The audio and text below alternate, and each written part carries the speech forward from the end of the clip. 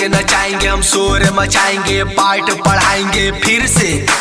Arsi नवाबंद beat feet Ahmed अखी आ गए हैं बेटा चंपारण से हम, अब शोर मचाओ एकर तोड़ा भरम।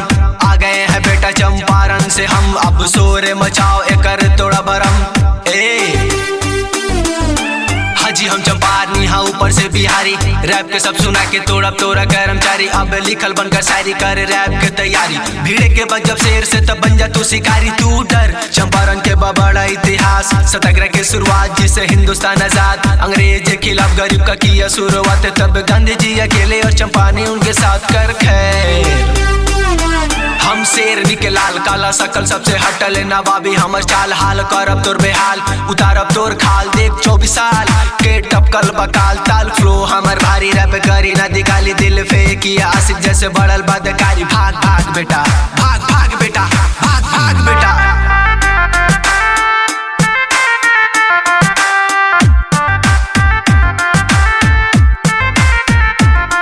अब सुगौली दहाड़िया के लइका बवाली, स्कूल सरकारी, मार में न सोचे कब आई हमर बारी, करके आइया तैयारी बटे उच्च विचार। सुगौली में होके खाली बेल्ट के बौछार, मुंह में पाने बाहर जब में कट्टा तैयार।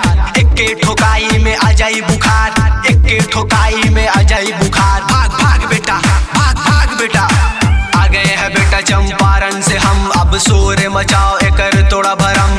आ गए हैं बेटा चंपारण से हम, अब शोर मचाओ एकर तोड़ा भरम। भाग भाग बेटा भाग भाग बेटा।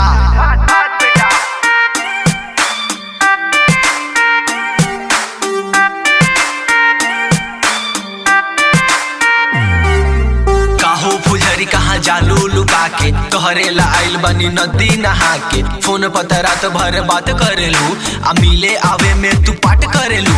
काट देलू फोन हमसे दिक्कत बता के, का होई तहरा ला आंसू बहा के। हटा के कहेलू तनी हट के चला, सुगौली के लइका सबसे बच के चला। हमरा सामने सज धज के चला, जब लच के कमरिया तो कस के धरो नाना। अब पढ़े के पड़ी, चढ़ती जवनिया से लड़े के पड़ी।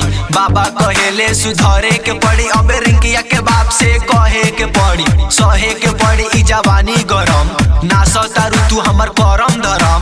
रखा करो कुछ लाजो शरम, वरना तोड़े ही देंगे तुम्हारा भरम। क्योंकि आ गए हैं बेटा चंपारण से हम, अब शोर मचाओ एकर तोड़ा भरम। भाग भाग बेटा भाग भाग बेटा।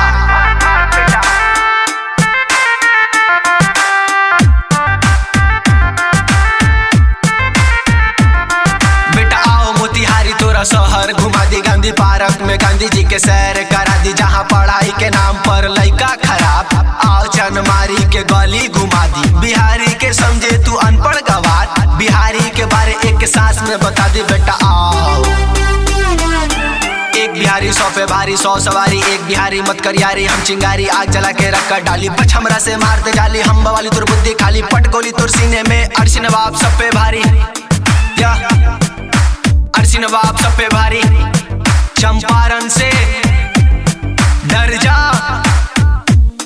भाग भाग बेटा भाग भाग बेटा भाग भाग बेटा भाग भाग बेटा।